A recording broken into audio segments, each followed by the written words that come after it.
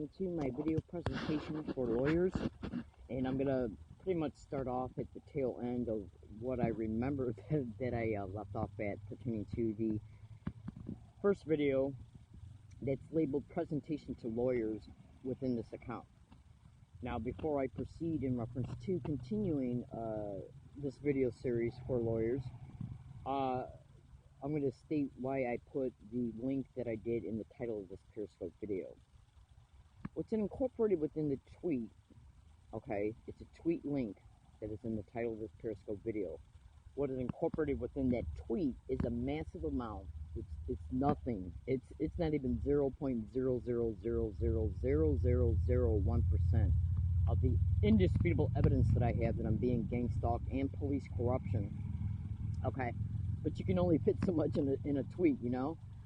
And so what they are, it's a playlist.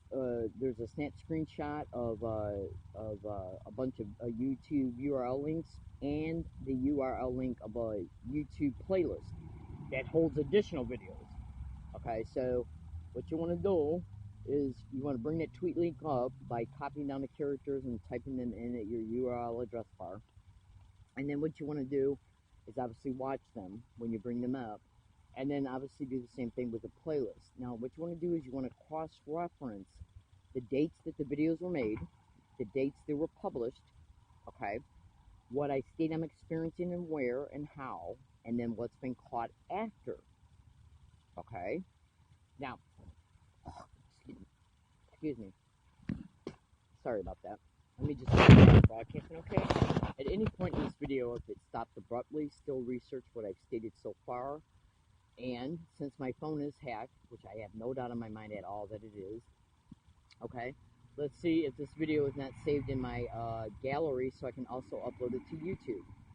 Now, if memory serves me correctly, and I apologize I didn't have time to re-listen to that Periscope video pertaining to the first video for the presentation for lawyers in this Periscope account. I didn't have time today to rewatch it in order to specifically pick up where I left off at in it, but my memory is pretty good concerning that video and where I left off at. So I'm just gonna try to pick up where I left off in it by where I left off at in it at the end of it. Excuse me for being tongue-tied. Now, I talked about in that video about how I was gang stalked to the last apartment that I had in Dearborn, Michigan, which was the Dearborn Apartments on Monroe Street that was rented from 11/29/2009 to, and I left it for good on October 7th, 2010. Yeah.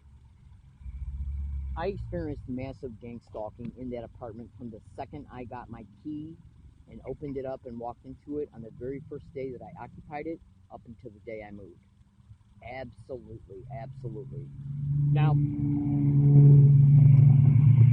the crime of gang stalking is all over the internet for everybody to research at Google and YouTube, and especially you especially want to research how target individuals are being gang stalked to their apartment complexes.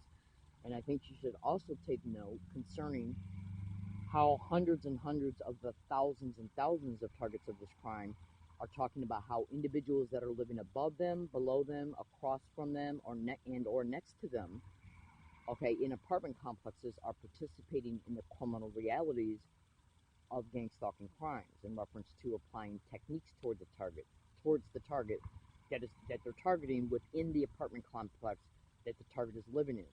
Now, this right there should show you that they're at least utilizing neighbors, okay? Now, I've also seen some information online concerning what Julian McKinney has stated at Google, and I don't have that link available right now, where she talked about how even some of the syndicate members, okay, will privately collude with, well, the landlords and property owners are already privately being colluded with, absolutely. And always remember this, they will never admit it because, for one, they got to protect themselves from criminal prosecution, okay, because if they're caught, then the attorney generals and the district attorneys had no legal appearance reason to not prosecute them. So make no mistake about it, they will always make sure that they do what they're told in reference to making sure that the covert partnering relationship that they are working with pertaining to that they're working with the perpetrators will never be factually disclosed. They'll lie about it. They'll be told what to say, okay, and how to say it. They'll be told how to discredit the target. Absolutely, make no mistake about it. Okay, and another reason why they'll never tell the truth is because they don't want to be liable for civil liability and premise liability. Okay, because any crime that happens on anybody's property, okay, where there's been damages as a result, they can be sued for premise liability, they can be sued for civil damages, and so on. So they're never going to admit it, ever, especially since the evictions and concerning the crimes that the target endured in the apartment and on the property, and the mental anguish and all the effects and results, and then what happened to the target as a result of the target being made homeless intentionally from these apartment complexes. Okay, because once you are made homeless, okay, and if you are literally living on the street, you don't have a front door anymore. Hold on. Stop anybody from approaching you and victimizing you through gang stalking, okay, while they dress it up to make it appear that it's happening through normal appearing reasons, excuses, and mishaps. Because they obviously had to know where you were living at in order to gang stalk you to the apartment complex, meaning that they had to know where you were at before you applied for tenancy. And if you got a target who is already exposing being gang stalked before they rented that apartment, and then indisputably proves that they were gang stalked to that apartment and intentionally made homeless because of the gang stalking at that apartment, okay, and then the same victim can prove that they were gang stalked from the apartment to the wooded areas they went to after they were made homeless from that apartment, then that also shows some consequential crimes. Now, all of this is going to be covered up by the police in Dearborn, Michigan, okay, by the property owner and the landlord of the Dearborn Apartments on Monroe Street, okay. You would not believe what I know. You just would not believe it. Now, let me just interject something before I move forward in reference to some of the things that were occurring in that apartment and then some details concerning what happened after I left it. Okay. What I incorporated within the tweet link that is attached to this title of this Periscope video, okay, what is incorporated within that tweet is a YouTube video showing me on January 20th, 2011, reporting that I'm being gang stalked again to U of M campus safety in Dearborn, Michigan. That's the University of Michigan, Dearborn, Michigan, okay, campus police on January 20th, 2011. Now, I didn't leave Michigan to go to Connecticut, excuse me, please, until it was at least April. It might have been March, okay? I'm having a whiteout right now. I'm mental whiteout. Let's just say April 4th. It was between April 5th and 7th, okay, of 2011.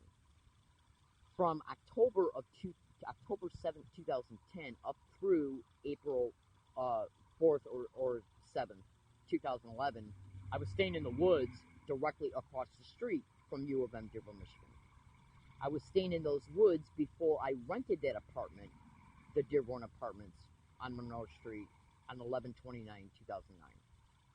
I was gang stalked and harassed every single day along every single one of my routes, including at U of M, HFCC, which is right next door to U of M, okay, every single day for years, from 2006 all the way up through the day I rented that apartment, okay, on the date that I stated I rented it, okay.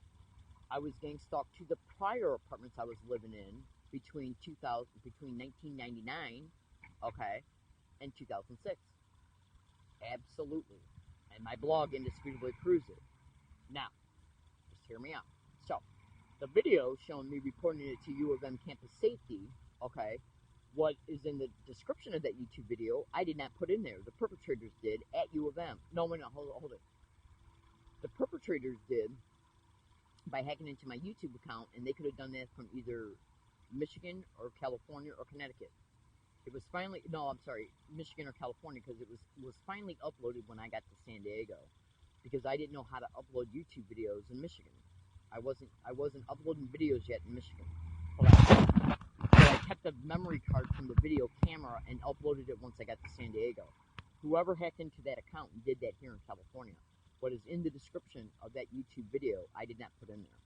Now, I was on the Ground Zero show on 9/01/2015, clearly stating, okay, that my blogs, my email accounts, my YouTube accounts that I've created since I came to California have all been hacked ever since I started using the internet, exposing this crime, going all the way back to at least 2002, 2003, 4, 5, 6, 7, and so on.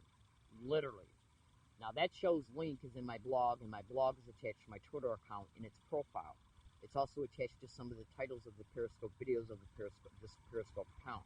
And I'm going to state another thing. If I am locked out of, for any amount of time, including permanently, my Twitter account, which is at HIGGINSGGGG, from this second forward, for any reason, no matter how normal it appears or not, I'm predicting that right now. Okay? I have seen so many targeted individuals' blogs stating they're being locked out of their blog accounts, YouTube accounts, Twitter accounts, okay, and email accounts.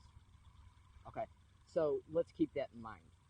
Now, fellow American citizens, what else is incorporated within that tweet link is a bunch of videos showing me indisputably being gang stalked along my routes here in San Diego, and how.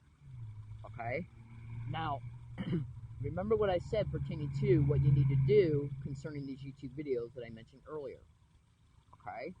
Now, understand, in my blog, it shows many Google group forum posts, which were also hacked by the perpetrators, and that blog is hacked too. Okay? But some Google group forum posts were made in Michigan by me.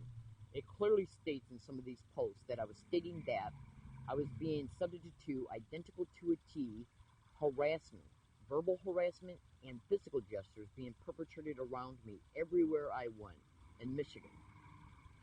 Okay? Businesses, libraries, apartment buildings, universities, U of M. Okay? I experienced it at HFCC as well. Okay? Businesses, libraries, post offices, U of M, HFCC, along my transportation routes and at wooded areas and in apartments. I come out here to San Diego and I caught it on hundreds of, right now I got over 4,000 audio files, literally, of the same exact identical verbal harassment occurring around me every day since I came to San Diego on August 8, 2011.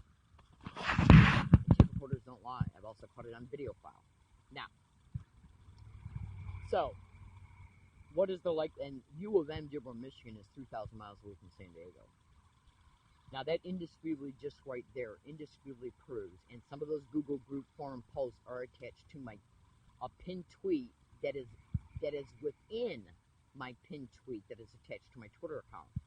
That pinned tweet that is attached within my pinned tweet is dated March 8th, I think it's March 8th, 2017.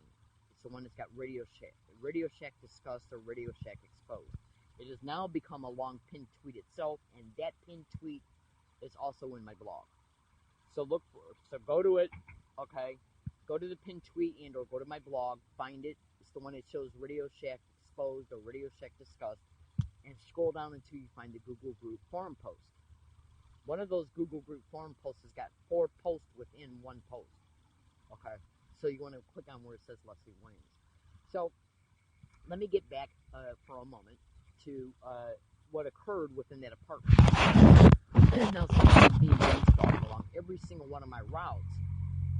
Before I left that apartment, before I rented that apartment, I knew that I would be gang stalked to it because the gang stalking that I endured at my other prior apartments, okay, the things that were going on there were becoming identical, okay, and remaining identical to some of the harassment that I was enduring along my routes.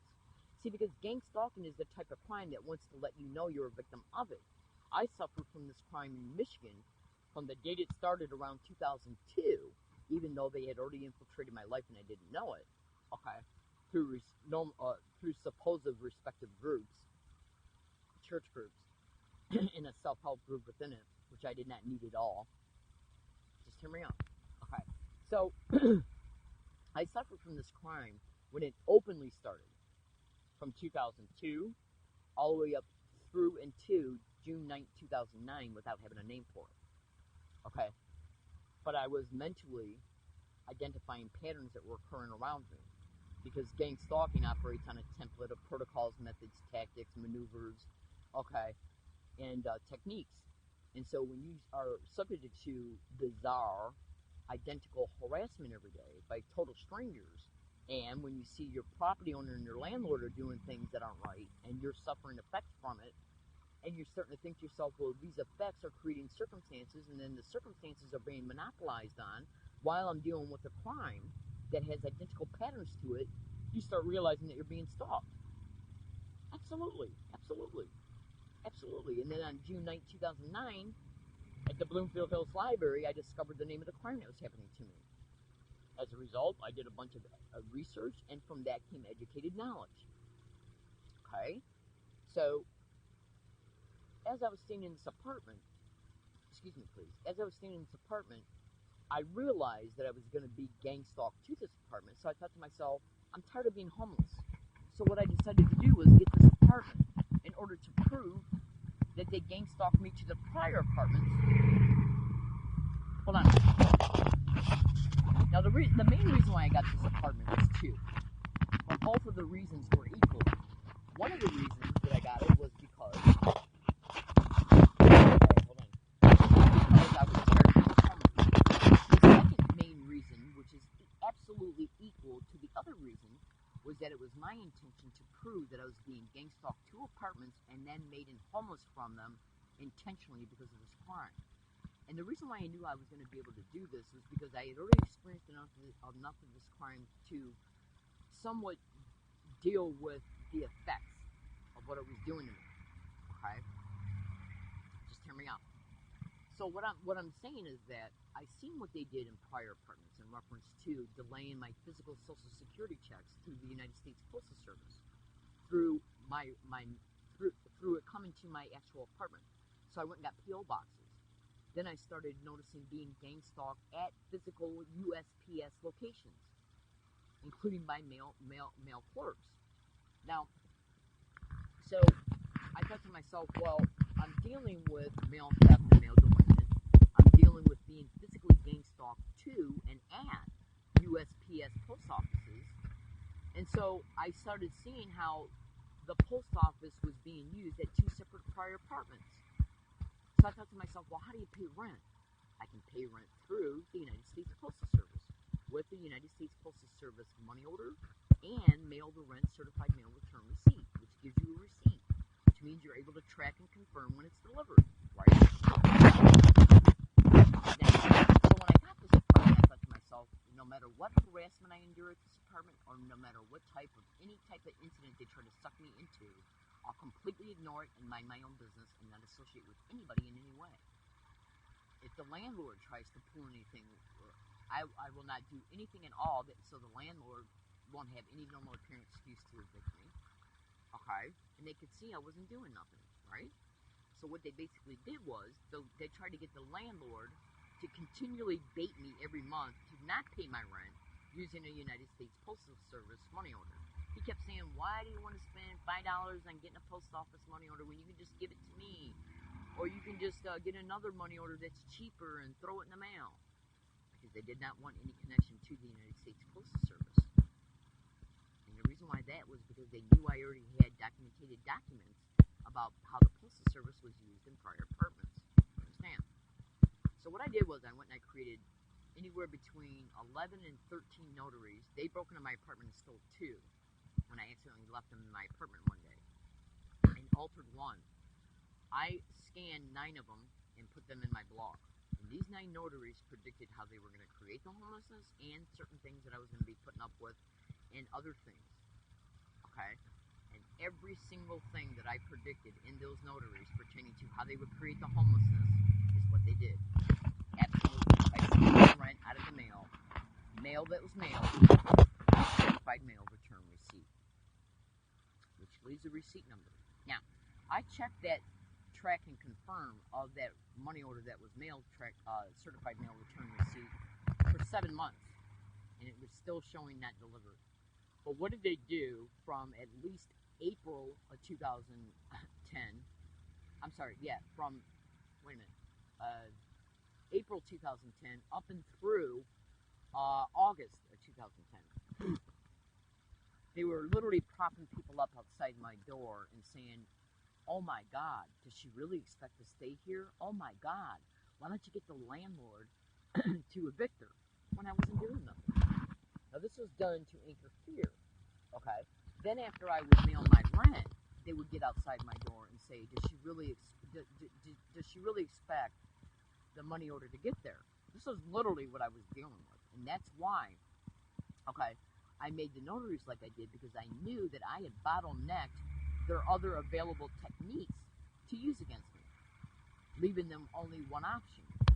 So they took that one option and started engaging in what is known as dark linguistic programming techniques, threats. Okay, threats that they were doing, that they were gonna steal my rent. Now they created these, they repeated these threats right before I mailed the money order to make me nervous about mailing it, in the hopes that I wouldn't. Okay, and then choose another way to pay rent, ways they wanted me to. Okay, I'm getting bit up by mosquitoes right now. Okay, when they seen I wouldn't do that, then what they started doing was threatening that the money order would not arrive. Did she really expect her money order to get there? They would say right outside the door. Okay. See, because I had a studio apartment, so my living room was my bedroom. My door, when you enter the apartment, you're literally entering your bedroom. Okay, so I had this little bed that I put up 10 feet away from the door. Okay, so they did this every single month before I paid the rent and right after it, non-stop for days on end. Then they started sending me eviction notices by stating that they didn't receive my mail, my rent that I mailed. And this was done to keep me in a constant neural mental loop of wondering and being angry about them stealing my rent. And in the eviction notice, it would state, you got 7 days, okay, to prove, you got 30 days to prove that you paid your rent. And then they would wait until, it's either 7 days or 30 days, and then they would wait until the very last minute and then call me, or I would call the landlord, and he would say, well, they found it in billing, that I got lost in billing. They did this from April every month, while being threatened every month. Okay, non-stop. I'm talking about repetitive threats every day. Okay, every day, repetitive threats outside my door. I'd run to my door to open it up, and I'd hear footsteps running into the apartment to my right. The same apartment where they were throwing keys against the wall in the middle of the night to wake me up. Okay, so I finally, so they conditioned the fear month after month by repeating this from at least April 2010 up and through August, and then they finally stole it in September.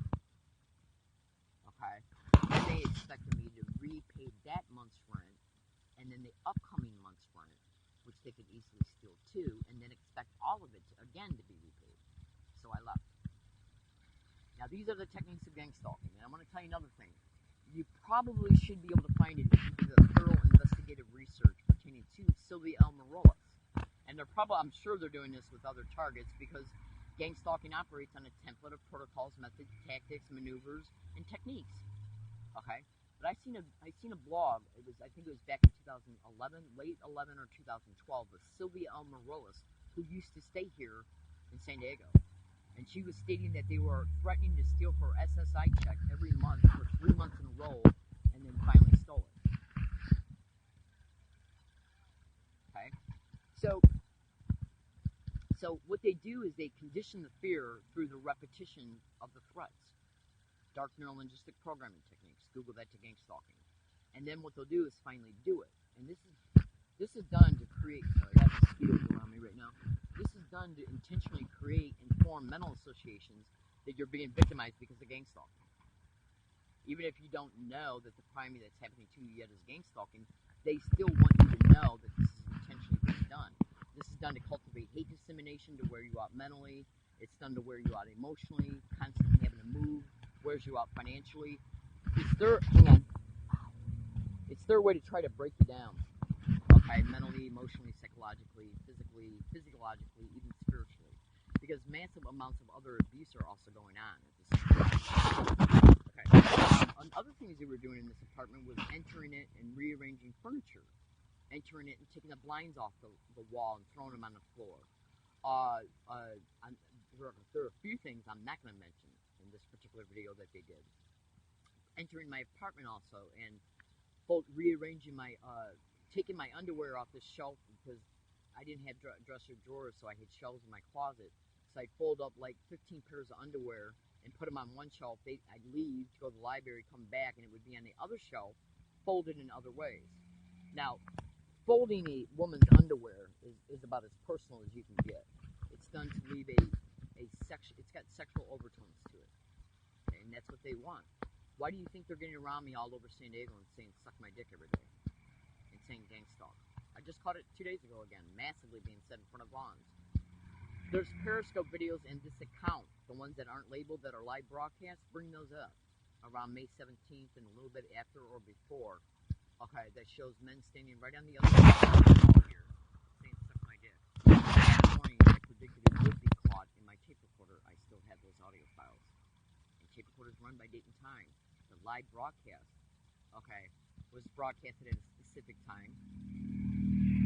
And when they were caught and I started broadcasting, I started broadcasting the Periscope videos while my tape recorder was still running, which shows I was making those statements about them being caught, and it was probably caught on the tape recorder too, at a later time after the predictions were made.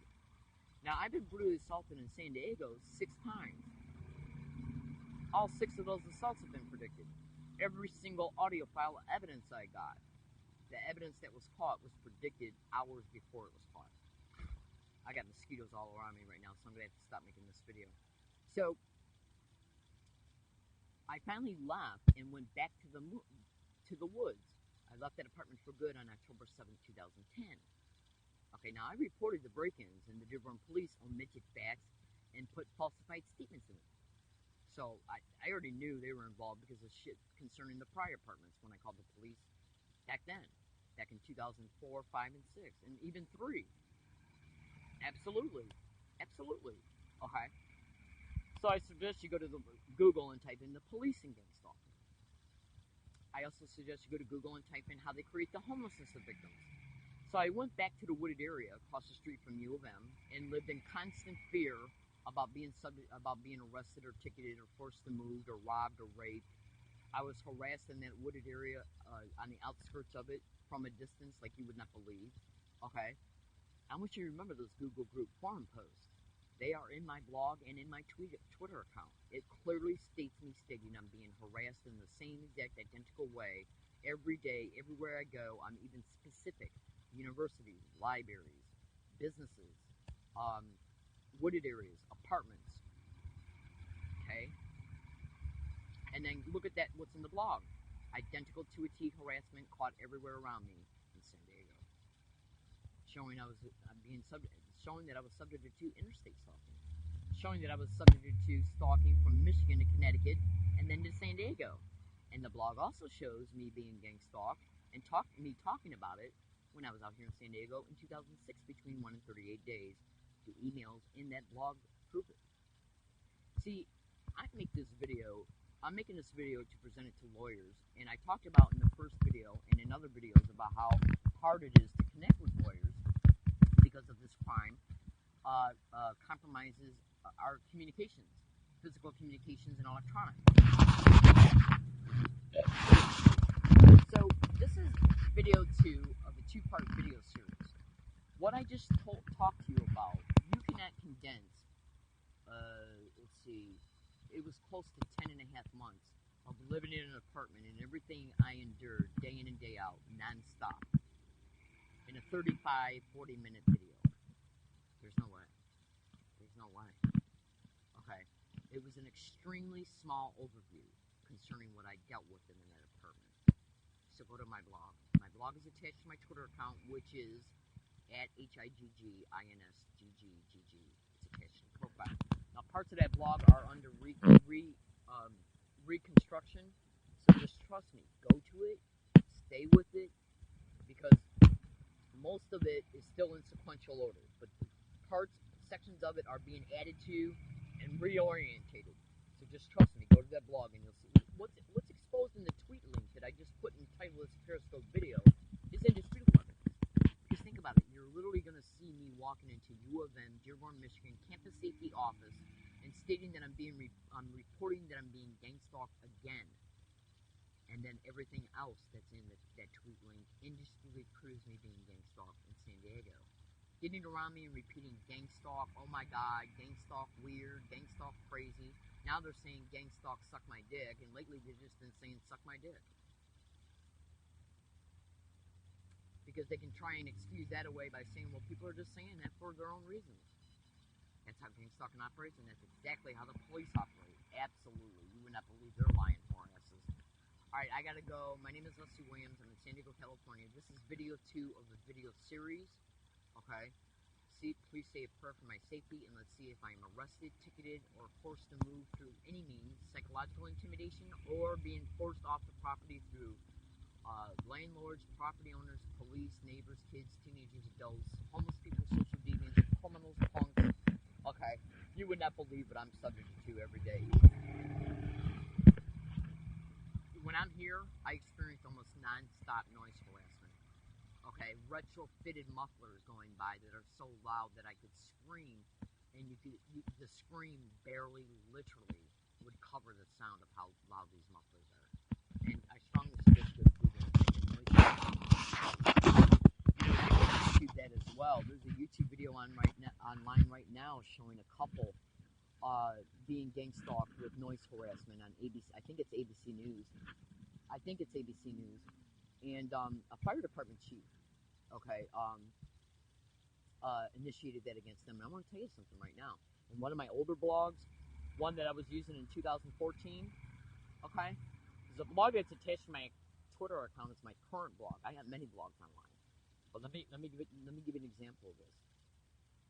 I made hundreds and hundreds and hundreds and hundreds of videos between 2011, 12, 13, 14, 15, and 16, and so on.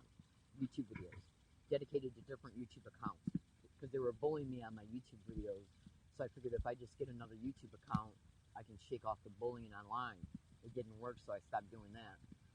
So I made some videos exposing me being gang stalked, talking about it, and then talking about some of the criminal motivations attached to it. And I said land co-opting was one of them. Okay. And I've been periodically, intermittently talking about how the fire department is absolutely connected to gang stalking. So is their EMS, contracted or not, and so are the police. Just Google gang stalking and fire department siren harassment. You'll see police and fire department exposed. Absolutely. And the police are involved in massive other ways. Absolutely. Falsified arrests, falsifying police reports, incident sheets, information sheets, criminally and illegally petitioning targets in a county mental health or psychiatric floors. But anyways, in that news broadcast, it shows that a fire department chief initiated the noise harassment against this couple because they were interested in buying part of the ownership of a house that the fire department chief owned half of. Okay, you can find it by going to Google and typing in couple harassed with noise harassment gang stalking. Trust me, you'll find it. Now, the reason why I'm bringing that up is to prove to you that noise harassment occurs, including through individuals constantly beeping their horns. Okay, but what else are you going to notice? The upload date on that. You want to find the one because it has been mirrored by other people. So you want to find the one where it's actually the news from the news broadcast pertaining to the YouTube video. And what I mean by mirroring is that sometimes people will copy a YouTube video of a news broadcast and then put it on their account. So you want to try and find the video where it's actually from the news channel.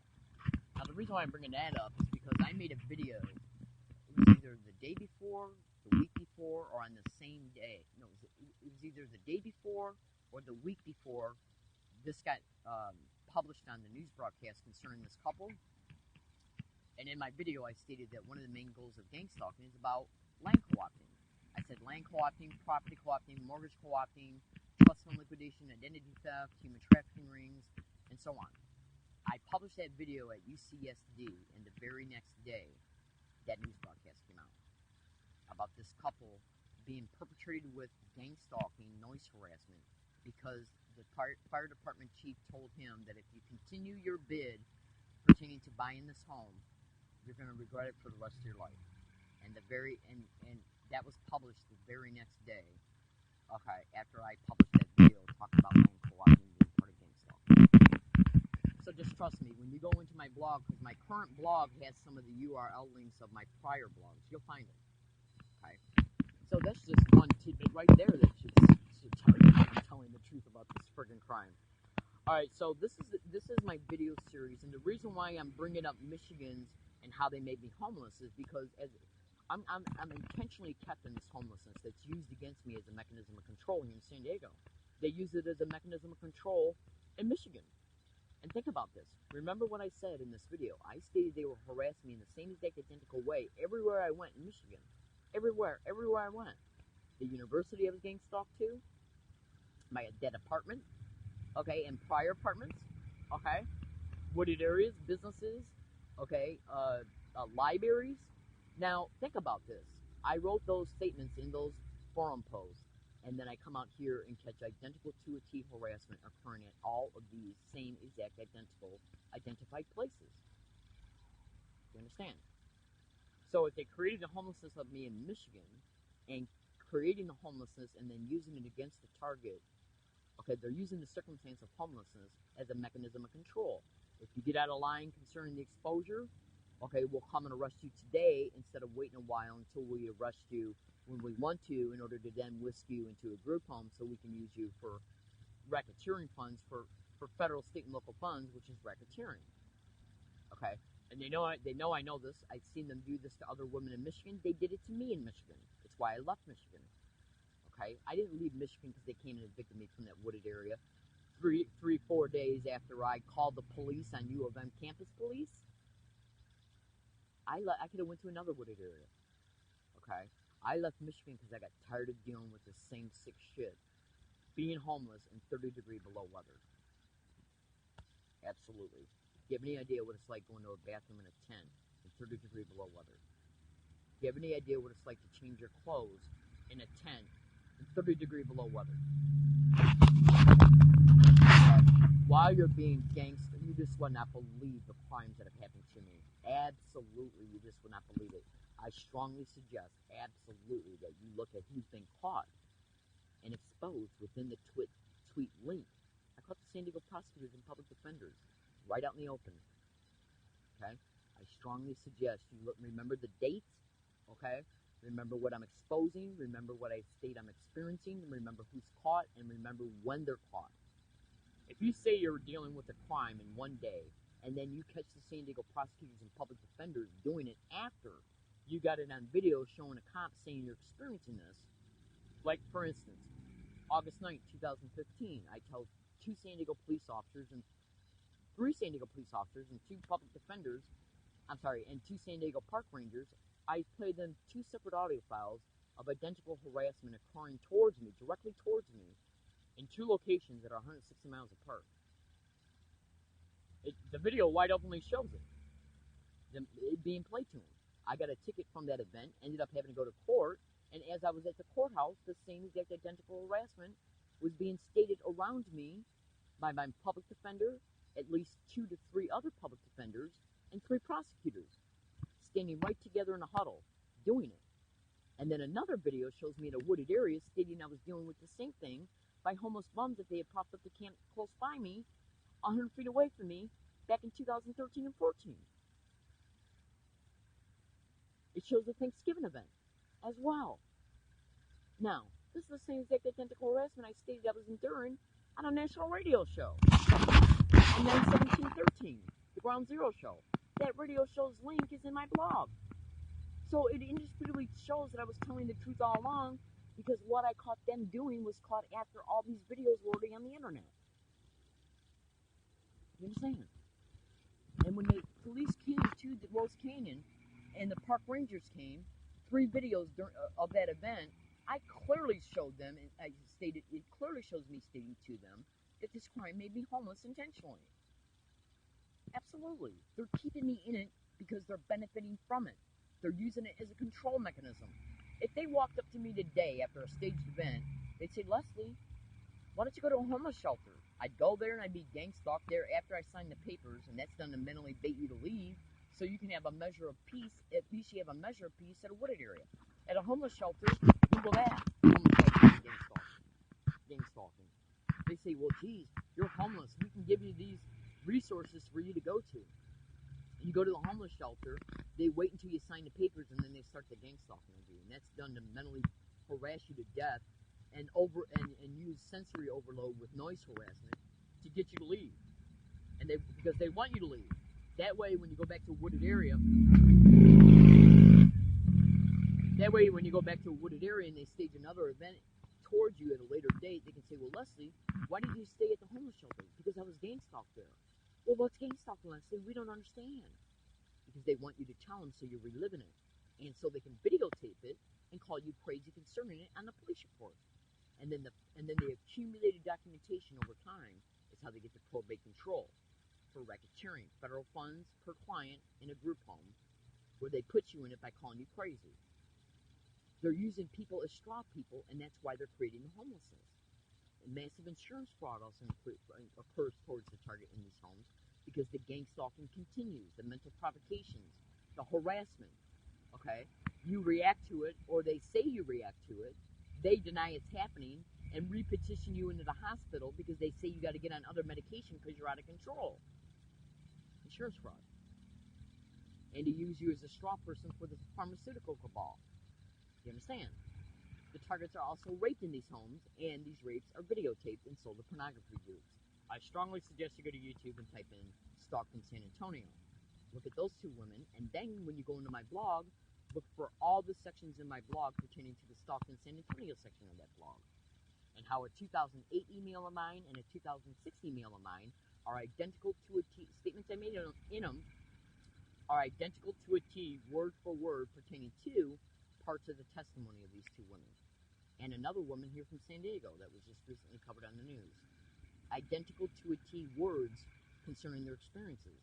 Identical to a T. I'm in San Diego, California. My name is Leslie Williams. I made this video. It's a video series for lawyers.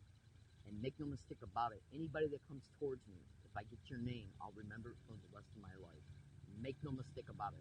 Thank you for listening, everybody. This is video 2 of a video series, presentation video series for lawyers. Thank you for listening.